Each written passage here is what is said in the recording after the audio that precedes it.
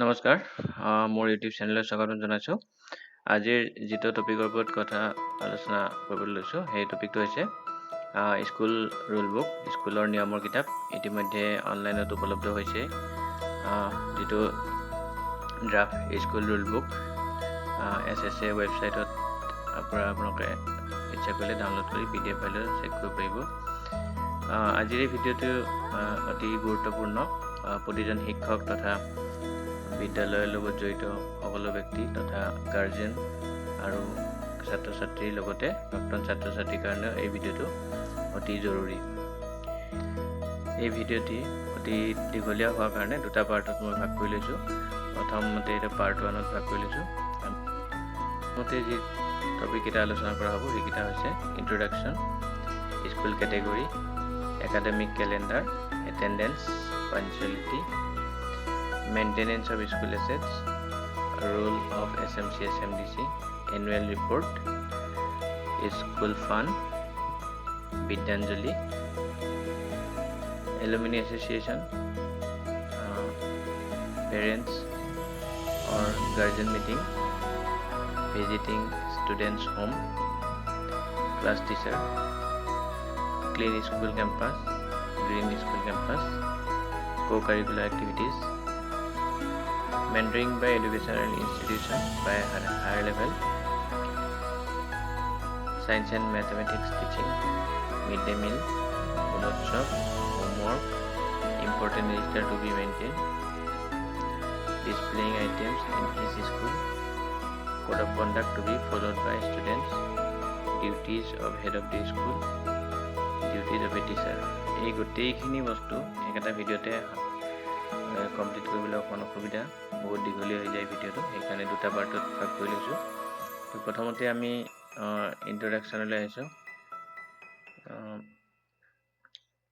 যিহেতুকে বিদ্যালয়সমূহত ইতিমধ্যে টেট কোৱালিফাইড টিচাৰ তেওঁলোকৰ বেটাৰ চেলাৰী পেকেজৰ সৈতে স্কুল ইনফ্ৰাষ্ট্ৰাকচাৰ ভাল কৰা হৈছে, ফ্ৰী এডমিশ্যন দিয়া হৈছে, ফ্ৰী টেক্সট বুক দিয়া হৈছে, ফ্ৰী ইউনিফৰ্ম দিয়া হৈছে, ফ্ৰী মিড ডে মিল আৰু বিভিন্ন সময়ত ছাত্ৰ ছাত্ৰীৰো ইনচেণ্টিভো দিয়াৰ ব্যৱস্থা কৰা হৈছে।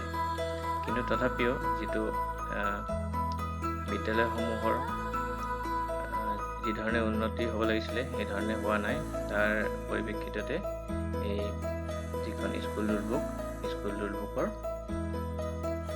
ইয়াতে ড্ৰাফ্ট কপি ইতিমধ্যে কেবিনেটত উপস্থাপন কৰা হৈছে। গতিকে যি আমাৰ ৰাষ্ট্ৰীয় শিক্ষানীতি 2020 আছে, যাৰ লক্ষ্য হৈছে জ্ঞানভিত্তিক সজীৱ সমাজ গঢ়ি তোলা, এই নিয়ম পাঠ্যপুথি NEP 2020 নীতিৰ ওপৰত ভিত্তি কৰি লক্ষ্যত উপনীত হ'বলৈ প্ৰস্তুত কৰা হৈছে। গতিকে যিখন স্কুল ৰুল বুক বনোৱা হৈছে সেইখন NEPৰ 2020ৰ ওপৰত ভিত্তি কৰিয়ে বনোৱা হৈছে আৰু এই নিয়মসমূহ পালন কৰাটো বাধ্যতামূলক, যাৰ হিচাপ গুণোৎসৱত কৰা হ'ব।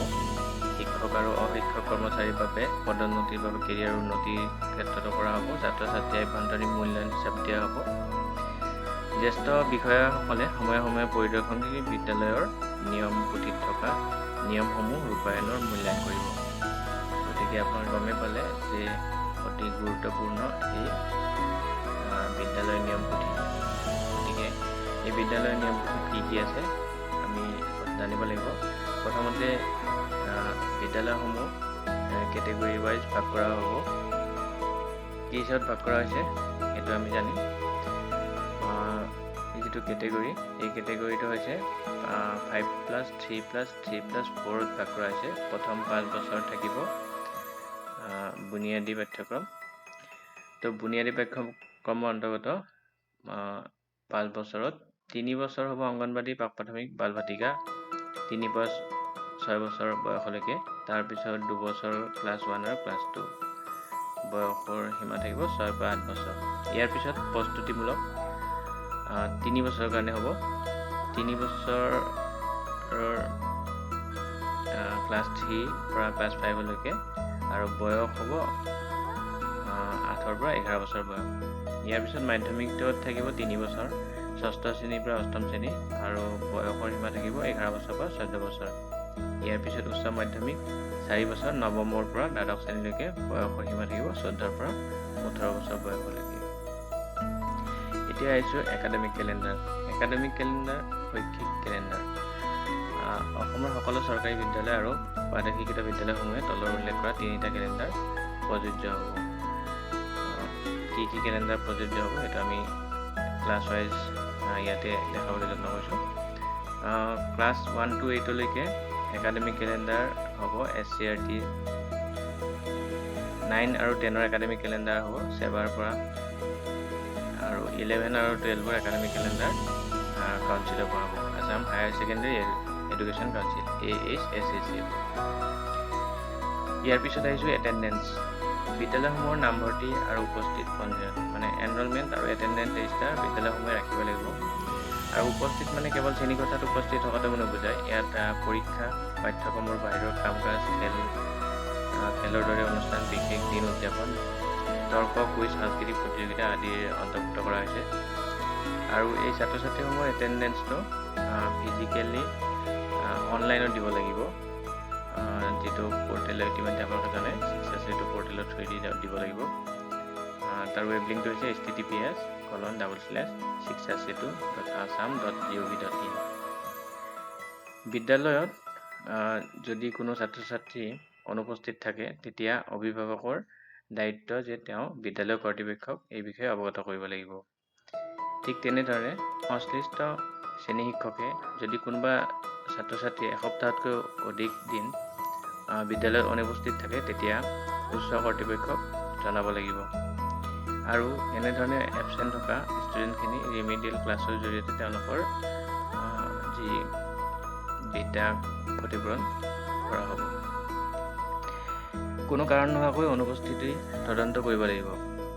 যদি কোনো কাৰণ নোহোৱাকৈ কোনোবা ষ্টুডেণ্ট অনুপস্থিত থাকে তাৰ তদন্ত কৰিব লাগিব, আৰু শ্ৰেণী শিক্ষক আৰু অভিভাৱক আৰু ছাত্ৰজনৰ সৈতে কাউন্সিলিং কৰিব লাগিব কিহৰ কাৰণে তেওঁ অনুপস্থিত আছিলে, আৰু সেই অনুসৰি প্ৰতিকাৰৰ ব্যৱস্থা গ্ৰহণ কৰিব লাগিব। শিক্ষকসকলে ছাত্ৰ ছাত্ৰীৰ উদ্বেগ, মনোযোগ আৰু আচৰণৰ সমস্যা আদি অনুপস্থিতিৰ কাৰণ চিনাক্ত কৰিব লাগে আৰু সঠিক পৰামৰ্শ দিব লাগে। এতিয়া আহিছোঁ পাঞ্চুৱেলিটি। পাঞ্চুৱেলিটি বুলি ক'লে কেৱল সঠিক সময়তে কোনো ঠাইত উপস্থিত হোৱাটোৱে নুবুজায়, সঠিক সময়ত উপযুক্ত ব্যৱস্থা গ্ৰহণ কৰাটো বুজায়। বিদ্যালয় এখনত সময়মতে পালন কৰাটো নিশ্চিত কৰিব লাগে, যেনেকৈ প্ৰাতঃসভাৰ পৰা আৰম্ভ কৰি শ্ৰেণী সময়, পাঠ্যক্ৰমৰ বাহিৰৰ কাম কাজ, লগতে বিদ্যালয়ৰ দিনটোৰ শেষলৈকে সকলো সময়তে ধৰা হ'ব। ছাত্ৰ ছাত্ৰীৰ মাজত সমোপযোগিতা প্ৰেৰণা আৰু বলৱৎ কৰিবলৈ শিক্ষকসকলে প্ৰথমতে সময়মতে কাম কৰিব লাগিব। মৰ্ণিং এছেম্বলি বেল 5 মিনিট আগতে বজাব লাগিব, আৰু ৰাতিপুৱা 9 বজাত বিদ্যালয়ৰ মূল গেট বন্ধ কৰিব লাগিব। পলমকৈ অহা প্ৰথা গুৰুতৰ সহকাৰে ল'ব লাগিব, আৰু এনে পলম কৰাৰ কাৰণ বিভিন্ন পদ্ধতিৰে চিনাক্তকৰণ কৰিব লাগিব। অবাধ্য ছাত্ৰ ছাত্ৰীৰ ক্ষেত্ৰত বিদ্যালয়ে উপযুক্ত পথ প্ৰদৰ্শন আৰু পৰামৰ্শৰ ব্যৱস্থা কৰিব লাগে। ইয়াৰ বাবে বিদ্যালয় মুৰব্বীয়ে সংশ্লিষ্ট চৰকাৰৰ পৰা প্ৰয়োজনীয় সহায় বিচাৰিব পাৰে। ইয়াৰ পিছত a register must be maintained and student arriving late must be recorded on the register। গতিকে যিসকল ছাত্ৰ ছাত্ৰীয়ে পলমকৈ আহিব তেওঁলোকৰ নামসমূহ ৰেজিষ্টাৰত লিখিব লাগিব, আৰু ইয়াক দেৰিকৈ অহা কাৰণসমূহ স্পষ্টকৈ লিখিব লাগিব। যিকোনো ছাত্ৰ ছাত্ৰী পলমকৈ অহাৰ বিষয়ে অভিভাৱক অৱগত কৰিব লাগিব, আৰু সকলো ধৰণৰ পিৰিয়ড যিটো নিৰ্ধাৰিত সময়ত আৰম্ভ হ'ব লাগিব আৰু শেষো নিৰ্ধাৰিত সময়তে হ'ব লাগিব। ছাত্ৰ ছাত্ৰীক নিযুক্ত কৰা ঘৰুৱা কাম যিটো হোমৱৰ্ক বুলি কোৱা হয় সেইখিনি জমা কৰিব লাগিব সময়ে সময়ে, আৰু পলমকৈ দাখিল কৰা যিকোনো কথা ৰেজিষ্টাৰত লিপিবদ্ধ কৰিব লাগিব। লগতে এই বিষয়ে অভিভাৱক শিক্ষক সভাত আলোচনা কৰিব লাগিব। ছাত্ৰ ছাত্ৰীক টাইম মেনেজমেণ্ট প্ৰশিক্ষণ দিব লাগিব। এটা প্ৰবাদ আছে যে আগৰ নিশাই আৰম্ভ হয় এটা ডাঙৰ দিন, গতিকে টাইম মেনেজমেণ্টটো অতি জৰুৰী। সময় ভালদৰে ব্যৱস্থাপনাৰ বাবে ছাত্ৰ ছাত্ৰীক আগতীয়াকৈ সকলো পৰিকল্পনা কৰিবলৈ প্ৰশিক্ষণ দিব লাগে। পেৰেণ্ট টিচাৰ মিট আৰু SMC SMDC মিটিঙৰ বৈঠকত সময়মতে পালন কৰাটো সদায় এজেণ্ডাত ৰাখিব লাগে। ইয়াৰ পিছত আহিছে মেইনটেনেন্স অফ স্কুল এছেটছ। ৰাজহুৱা ধৰণেৰে ৰাজহুৱা বিদ্যালয় সম্পত্তি সৃষ্টি কৰা হয়। গতিকে বিদ্যালয় সম্পত্তি সঠিকভাৱে ৰখাটো সকলো শিক্ষক, অভিভাৱক, নাগৰিক সমাজ, প্ৰাক্তন ছাত্ৰ-ছাত্ৰীৰ দায়িত্বৰ লগতে কৰ্তব্য। আৰু তলত দিয়া নিয়মসমূহ মানি চলিব লাগিব। কেম্পাছৰ সীমা আৰু দেৱাল তলা লগোৱা ব্যৱস্থা থকা গেটৰ সুৰক্ষিত কৰিব লাগে। য'ত স্থায়ী সীমাৰ দেৱাল বা বেৰ নথকা বিদ্যালয় অনুদান বা নাগৰিক সমাজৰ বৰঙণি ধনেৰে SMC বা SMD বাঁহৰ বেৰ নিৰ্মাণ কৰিব লাগে। SMC, SMDC বিদ্যালয় প্ৰাক্তন ছাত্ৰ-ছাত্ৰীক সীমাৰ দেৱাল বা বেৰ নিৰ্মাণৰ ক্ষেত্ৰত সহায় বিচাৰিব পাৰে। শ্ৰেণীকোঠাবোৰো সঠিকভাৱে তলা লগাই সুৰক্ষিত কৰি ৰাখিব লাগে। ইয়াৰ পিছত আছে বিদ্যালয়ৰ চৌহদত গৰু ম'হ চৰিবলৈ দিব নালাগে। বিদ্যালয়ৰ অনুদানৰ ধন ভৱন আৰু চৌহদৰ ৰক্ষণাবেক্ষণৰ বাবে সঠিকভাৱে ব্যৱহাৰ কৰিব লাগে। পানী আৰু শক্তি সংৰক্ষণৰ বাবে উপযুক্ত ব্যৱস্থা গ্ৰহণ কৰিব লাগে। লাইট, ফেন, অন্যান্য বৈদ্যুতিক সঁজুলি ব্যৱহাৰৰ পিছত বন্ধ কৰিব লাগে। ব্যৱহাৰৰ পিছত পানীৰ টেপো বন্ধ কৰিব লাগে। নিযুক্ত বিষয় নিৰ্বিশেষে সকলো শিক্ষকৰ কম্পিউটাৰ আৰু আনুষংগিক সামগ্ৰী, টেবলেট, মোবাইল ফোন, টেলি এডুকেশ্যনৰ সঁজুলি, স্মাৰ্ট ক্লাছৰুমৰ সঁজুলি আদিৰ বিষয়ে ন্যূনতম জ্ঞান আৰু সজাগতা থাকিব লাগে আৰু বিদ্যালয়ৰ প্ৰদান কৰা এই সকলোবোৰ সামগ্ৰীৰ সঠিক যত্ন ল'ব লাগে।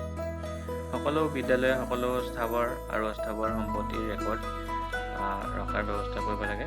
তাৰ কাৰণে ৰেজিষ্টাৰ মেইনটেইন কৰিব লাগে। SMC, SMDC সম্পদ ব্যৱস্থাপনা পৰিকল্পনা প্ৰস্তুত কৰিব লাগিব আৰু সেই অনুসৰি কাম কৰিব লাগিব। সকলো বিদ্যালয়ে স্বচ্ছ আৰু সেউজ পৰিৱেশ বজাই ৰাখিব লাগিব।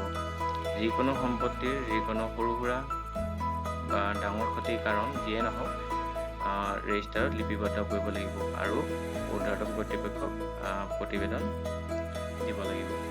কোনো কাৰণতে বিদ্যালয় কৰ্তৃপক্ষে উচ্চ কৰ্তৃপক্ষৰ অনুমতি অবিহনে বিদ্যালয়ৰ কোনো সংগঠন বা ব্যক্তি আদিয়ে বিদ্যালয়ৰ চৌহদত কোনো অনুষ্ঠান অনুষ্ঠিত কৰিব নোৱাৰিব।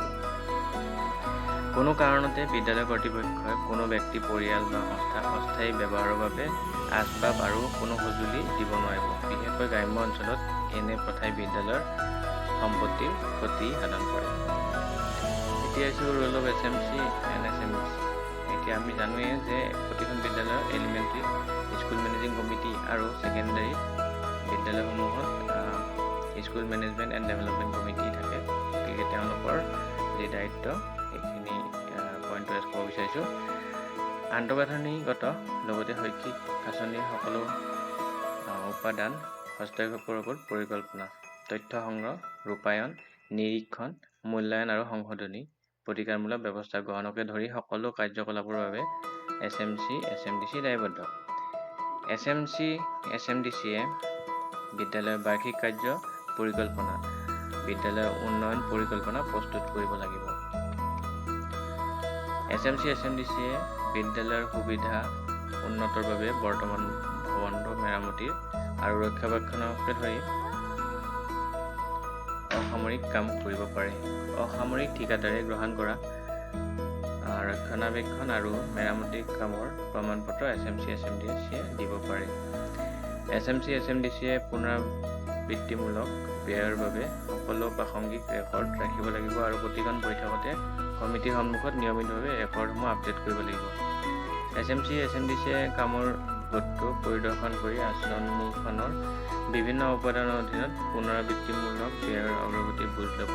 পাঠ্যপুথিৰ প্ৰয়োজনীয় সুবিধাৰ ওপৰত উপলব্ধতা, শিক্ষকৰ উপস্থিতিকে ধৰি শিক্ষাৰ অৱস্থা, শিক্ষক আৰু ছাত্ৰ-ছাত্ৰীৰ আচৰণ, গুণগত দিশ, ছাত্ৰ-ছাত্ৰীৰ স্বাস্থ্যৰ অৱস্থা, ক্ষমতাৰ দিশ যেনে কন্যা ছাত্ৰ-ছাত্ৰী, BPL পৰিয়ালৰ অন্তৰ্গত শিশু, বিশেষ প্ৰয়োজনীয়তা থকা শিশু, CWSN, ছাত্ৰ-ছাত্ৰী আৰু শৈক্ষিকভাৱে পিছপৰা সংখ্যালঘুসকলে হোৱা সমস্যা।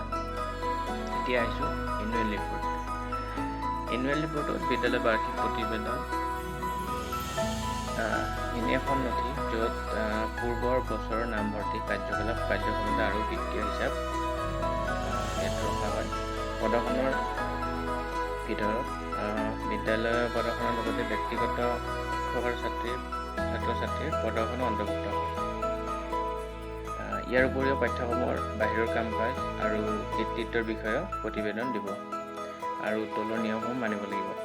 সকলো বিদ্যালয়ে বাৰ্ষিক প্ৰতিবেদন প্ৰস্তুত কৰি প্ৰকাশ কৰি জিলা কৰ্তৃপক্ষক জমা দিব। জিলা প্ৰশাসন, উচ্চ শিক্ষানুষ্ঠান, বিশ্ববিদ্যালয় আদিৰ জ্যেষ্ঠ বিষয়াসকলে বিদ্যালয়লৈ আহিলে বিদ্যালয়খনে নিজৰ বাৰ্ষিক প্ৰতিবেদন দেখুৱাব লাগিব। এই প্ৰতিবেদনসমূহ বিদ্যালয়ৰ শিক্ষা বিভাগে প্ৰস্তুত কৰা নিৰ্দিষ্ট আৰ্হিত দাখিল কৰিব লাগিব। গুণোৎসৱৰ সময়ত মূল্যায়নত বাৰ্ষিক প্ৰতিবেদনৰ প্ৰতি লক্ষ্য ৰখা হ'ব। গতিকে বাৰ্ষিক প্ৰতিবেদনৰ বিষয়ে আপোনালোকে গম পালে। এতিয়া আহিছোঁ বিদ্যালয়ৰ পুঁজি। বিদ্যালয়ত বিভিন্ন ধৰণৰ পুঁজি আবণ্টন কৰা হয়। লাইব্ৰেৰী গ্ৰাণ্টৰ কাৰণে LP স্কুলক ৫,০০০ টকা, ME স্কুলক ১৩,০০০ টকা, MB স্কুলক ১৫,০০০ টকা দিয়া হয় আৰু স্কুল ইউনিফৰ্মৰ কাৰণে প্ৰতিজন ছাত্ৰ ছাত্ৰী ৬০০ টকাকৈ দিয়া হয়। কম্পজিট স্কুল গ্ৰাণ্ট ৩০ৰ ভিতৰত যিবিলাক বিদ্যালয়ত এনৰলমেণ্ট আছে ১০,০০০ টকা দিয়া হয়। ৩০ৰ পৰা ১০০ৰ ভিতৰত এনৰলমেণ্ট থকা বিদ্যালয় ২৫,০০০, ১০০ৰ পৰা ২৫০ এনৰলমেণ্টৰ ভিতৰত থকা বিদ্যালয় ৫০,০০০, ২৫০ৰ পৰা ১,০০০ৰ ভিতৰত থকা এনৰলমেণ্ট থকা বিদ্যালয়সমূহ ৭৫,০০০ টকা আৰু ১,০০০ৰ ওপৰত থকা বিদ্যালয়সমূহত ১,০০,০০০ টকাকৈ দিয়া হয়। যিবিলাক বিদ্যালয়ত ১,০০০ এনৰলমেণ্টৰ ওপৰত থাকে সেইবিলাকক ১,০০,০০০ টকাকৈ কম্পজিট স্কুল গ্ৰাণ্ট দিয়া হয়। স্পৰ্টছ গ্ৰাণ্ট LP কাৰণে ৫,০০০ টকা, আপাৰ প্ৰাইমেৰীৰ কাৰণে ১০,০০০ টকা, ছেকেণ্ডাৰীৰ কাৰণে ২৫,০০০ টকা। লগতে CWSN ষ্টুডেণ্টখিনিৰ কাৰণে ৩,৫০০ টকাকৈ বছৰেকত দিয়া হয়। লগতে যিবিলাক CWSN ছাত্ৰী আছে, CWSN ছোৱালী, তেখেতসকলক ক্লাছ 1ৰ পৰা ক্লাছ 12ৰ যিখিনি CWSN ছাত্ৰী ২০০ টকাকৈ পাৰ মান্থ ষ্টাইপেণ্ড হিচাপত দিয়া হয়। এতিয়া আছোঁ বিদ্যাঞ্জলি। বিদ্যাঞ্জলিৰ অন্তৰ্গত কথাবিলাক ইতিমধ্যে আমাৰ চলিয়ে আছে। বিদ্যাঞ্জলি হৈছে ভাৰত চৰকাৰৰ শিক্ষা মন্ত্ৰালয়ৰ উদ্যোগত, যাৰ লক্ষ্য হৈছে সমগ্ৰ দেশৰ বিদ্যালয়সমূহ সম্প্ৰদায় আৰু ব্যক্তিগত খণ্ডৰ মাজত জড়িতকৰণ কৰা হয় আৰু বিদ্যালয়সমূহ শক্তিশালী কৰা হয়। এই পদক্ষেপে বিদ্যালয়ৰ নাগৰিকৰ পৰা বিভিন্ন স্বেচ্ছাসেৱকৰ সৈতে সংযোগ কৰিব, যথা যুৱ, পেছাদাৰী, অৱসৰপ্ৰাপ্ত শিক্ষক, ৰাজহুৱা খণ্ড কোম্পানী, কৰ্পৰেট প্ৰতিষ্ঠান, অৱসৰপ্ৰাপ্ত চৰকাৰী বিষয়া, অৱসৰপ্ৰাপ্ত পেছাদাৰী, বেচৰকাৰী সংস্থা, ব্যক্তিগত খণ্ড এইবিলাকৰ লগত জড়িতকৰণ কৰা হয়। শিক্ষক শিক্ষয়িত্ৰী, SMC, SMDC সদস্যসকলে বিদ্যাঞ্জলি গাইডলাইন তলত ইয়াত লিংকটো দিয়া আছে। ইয়াৰ লিংকটোৰ পৰা PDF ফাইলটো ডাউনলোড কৰি তেওঁলোকে অধ্যয়ন কৰিব পাৰিব। মই কৈ দিছোঁ লিংকটো https://vidanjali.edu.in/ss/final_guidelines_20 গতিকে এই লিংকটোত গৈ পেলাই গাইডলাইনখন ডাউনলোড কৰি শিক্ষয়িত্ৰী তথা SMC, SMDC মেম্বাৰসকলে এইটো বিষয়ে বিদ্যাঞ্জলিৰ বিষয়ত অধ্যয়ন কৰিব পাৰিব। বিদ্যাঞ্জলিৰ পদক্ষেপৰ বিষয়ে SMC, SMDCৰ সভাত অভিভাৱক সভা আৰু বিদ্যালয়ৰ সম্পৰ্কীয় বিষয়সমূহৰ ওপৰত অনুষ্ঠিত হোৱা সম্প্ৰদায় সভাত আলোচনা কৰা হ'ব। সমাজখনক সংবেদনশীল কৰি বিদ্যালয়খনৰ উন্নয়নৰ দিশত অৱদান আগবঢ়াবলৈ উৎসাহিত কৰা হ'ব। বিদ্যালয়খনে বিদ্যাঞ্জলিৰ অধীনত কোনো লোকৰ পৰা কোনো ধৰণৰ নগদ ধন গ্ৰহণ কৰিব নোৱাৰিব। দাতাসকলে নিজে প্ৰয়োজনীয় সামগ্ৰী ক্ৰয় কৰি বিদ্যালয়ক গতাই দিব লাগিব আৰু বিদ্যালয়ে তাৎক্ষণিকভাৱে ৰেজিষ্টাৰত এণ্ট্ৰি কৰিব লাগিব। SMC, SMDC থকা এই প্ৰস্তাৱৰ অধীনত অন্তৰ্গত উন্নয়নৰ বাবে দাতাসকলে নিজেই নিৰ্মাণৰ কাম কৰিবলৈ অনুমতি দিয়া হ'ব। বিদ্যাঞ্জলিৰ অধীনত এজন স্বেচ্ছাসেৱকৰ আবেদনৰ বাবে সম্পত্তি, সামগ্ৰী, সঁজুলিৰ তালিকা পৰ্টেলত চাই ল'ব পাৰিব। গতিকে এইখিনি আছিলে প্ৰথম ভিডিঅ'টিৰ মেইন আলোচনা কৰা বিষয়সমূহ। আমি যিখিনি কথা আলোচনা কৰিলোঁ, ইন্ট্ৰডাকশ্যন, স্কুল কেটেগৰীৰ কথা গম পালোঁ, একাডেমিক কেলেণ্ডাৰৰ কথা গম পালোঁ ইতিমধ্যে, attendance, punctuality, maintenance of school assets, role of SMC, SMDC, annual report, school fund আৰু বিদ্যাঞ্জলি। এইকেইটা প্ৰথম ভিডিঅ'টোত সামৰি লোৱা হ'ল। নেক্সট ভিডিঅ'টোত আপোনালোকে যিখিনি কথা আলোচনা কৰা হ'ব সেইখিনি মই আগতীয়াকৈ কৈ দিছোঁ। alumni association, parent or guardian meeting, visiting students home, class teacher, clean school campus, green school campus, co-curricular activities, mentoring by educational institution of higher level, science and mathematics teaching, midday meal, gunotsav, homework, important register to be maintained, displaying items in each school, code of conduct to be followed by students, duties of head of school, duties of teacher. গতিকে next ভিডিঅ'টো অতি গুৰুত্বপূৰ্ণ। ইয়াতে টিচাৰসকলৰ কি কৰণে থাকিব, head টিচাৰৰ কি কৰণে থাকিব, আদি কৰি বাকী থকা পইণ্টকেইটা আলোচনা কৰিবলৈ চেষ্টা কৰিম। গতিকে মোৰ ভিডিঅ'টো আপোনালোকে চাই পেলাই কেনেকুৱা পালে কমেণ্ট কৰিব, আৰু আগলৈকে মোৰ এনেকুৱা ইনফৰ্মেটিভ ভিডিঅ' পাই থাকিবলৈ মোৰ চেনেলটো ছাবস্ক্ৰাইব কৰিবলৈ নাপাহৰিব। আৰু লগতে মই মোৰ ইউটিউব চেনেলৰ লিংকটো মই আপোনালোকক জনাই www.youtube.com/@nkb5668 মোৰ চেনেলটো ছাবস্ক্ৰাইব কৰি নাপাহৰিব। ধন্যবাদ।